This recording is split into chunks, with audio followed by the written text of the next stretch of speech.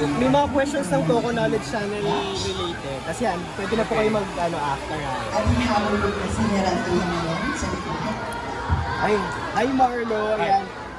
Kanina nakwento mo no na nag-aaral ka ngayon. Actually, medyo personal advocacy mo yung education. Having been a host for Knowledge Channel for quite a long time already, may mga ilang programs ka na host. Last year, yung last press ko natin sa Knowledge Channel, nakwento mo nag-aaral ka ng neuroscience. Oh yeah. Tapos ngayon, parang multimedia arts yung kinukuha mo. So, gaano ba kahalaga sa tingin mo, ano yung share with us your, yung personal advocacy mo on education? Yeah, so ever since talaga, passion ko talaga yung mag-aaral. But since breadwinner ako sa family, I set it aside, hindi ako nag-graduate ng college. So, nagtrabaho muna ako.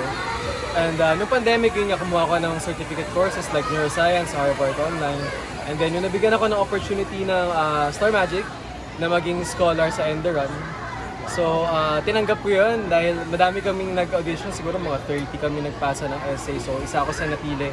So, I'm just very grateful dahil aside from this advocacy nga sa education, actually, I'm living my purpose talaga. Nag-aaral talaga ako full-time as a student. So, multimedia arts naman ngayon and very inclined with my work. So, I'm enjoying. Every day pumapasok ako. I think malaking help siya kasi for me, ang education, wala naman ibang magigain kung hindi tayo. So, it's always a winning process. Right now, you're very popular among kids as parang an educational host. So, nalilinya ka sa ganong image. Like, anong pakiramdam sa... Sa akin, I was happy ako eh. Kasi even nung high school ako, ako din yung parang naging deputy representative namin dun sa school ko, sa Montessori before.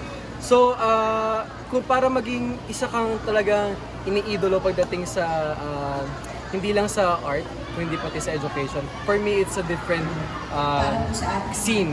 And mas nakakamangha siya kasi ang mga ino-offer naman ng mga celebrities and artists, hindi lang naman yung music acting, kung hindi, of course, madaming matatalino mga artista. And kung kino-consider nila ako doon, grateful ako. Okay, ano pakiramdam mo, yung tahanan mo na Knowledge Channel is bringing another parang Filipino na animation series yan. Itong General Tuna. I think it's a fun way for kids to learn. Kasi syempre, paulit-ulit na cycle na lang yun, nag-aaral, manonood ng mga, alam mo yun, yung mga typical na mga educational shows. Pero para gawin na anime, tas pusa yung bida, kung saan alam naman natin na talaga everybody loves cat videos. So para i-incorporate siya as the main character, for sure madaming mga bata, parang ito pa lang, na-excite at gustong makasama at maalagaan si General Tuna. So I'm happy na may ganitong initiative. Okay, right now, we'll entertain questions from other friends from the media. Maliban sa ABS-CBN, we have yung mga mainstream media, Manila Bulletin, Abante, Bandera. Ayan, so questions. Ngayon, I just finished recording my album. So ako yung nagsulat nito and ako din yung kakanta for sure. It's under Star Music, so madami kayong dapat abangan dahil ang musician ko dito and producer, siya din yung gumawa ng isa sa part ng Ere. So, magiging bago yung musical ko na direction. Ano yung bago mong tunog?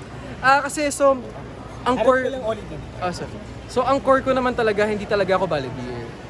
So, syempre dahil yun yung uso, lalo ng mga panahon na yun. Yung una kong album medyo na-incline sa pop ballad, na may country. So, ito talaga yung ako talaga as a musician. So, pop leaning on to blues, alternative, something like that. So, as an actor, well, yun nga, part ako ng I Love You 1000, kami po yung bida doon ni Majoy. So, pinapalabasin every Sunday morning sa Kapamilya Channel. But as of now, ang focus ko talaga music.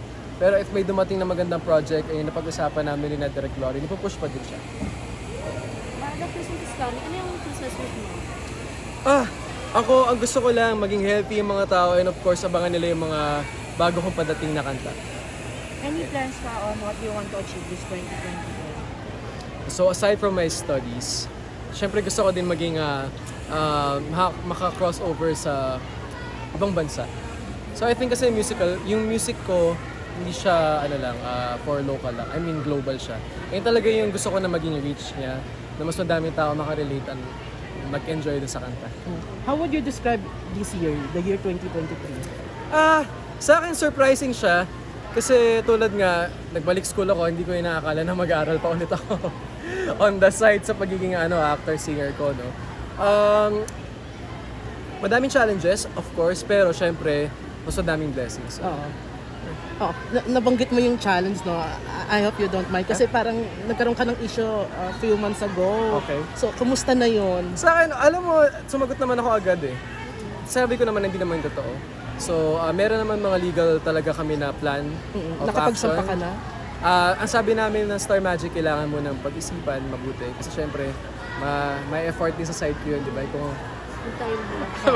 ang dami ko ginagawa sa buhay ko, di ba? So, basta ako nakapagsabi na ako na dapat kong sabihin. And confident naman kami doon. So, if ever na lang may mga ganun ulit, ang alam naman siguro ng mga tao, may mga law against that, mga cyberbully. Pero Marlo, they tried ba? Nakasabi na para hindi na umabot sa... Hindi ko kasi sila kilala. Wala talaga akong idea. Hindi sila Wala talagang kahit anong reaching out, walang kahit ano. Ano talaga siya, para bang ano? Oh, para pa may, parang troll farm or any... Kasi wala kang idea kung ano. Wala talaga. Pero, again, yung IP address, na-trace na namin kung saan yung area. And may kausap na kami na lawyers. Meron talaga. Kasi may tumulong sa akin na Kong and Mayor at that time. So, balak talaga namin na i-push yung legal actions kung talagang... Pero tumigil naman sila, di ba? Parang nawala. Wala naman, nawala din agad eh. Oo. And ako naman, ang sa akin, madami ako mas importante yung mga ganap sa buhay, like yung pag-aaral ko, ayoko maapektuhan. Dahil lang sa mga, basta ang pinaka-advice ko lang guys, sinabi naman na ng mga tao yung before, na think before you click. Kasi ngayon, syempre lahat ng mga tao, alam mo yun, ang daling makapag-share, ang daling, hanap mo na kayo ng facts. Parang ang mga tao ngayon, ang mga madla, kasi parang journalists na din eh.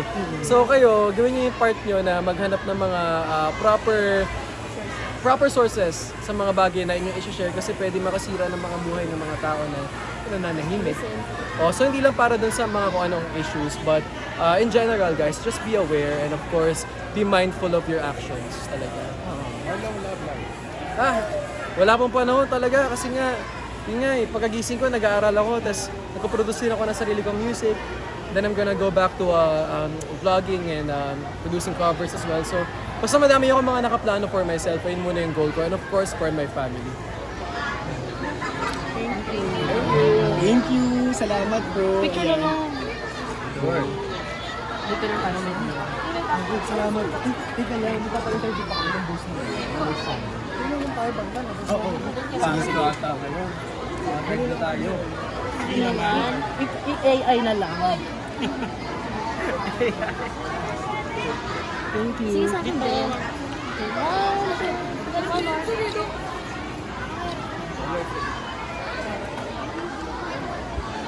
Ayan, sana po ma-enjoy nyo ang ating prepare na lunch. Grade 4 and grade 5 students ng Pedro Guevara Elementary.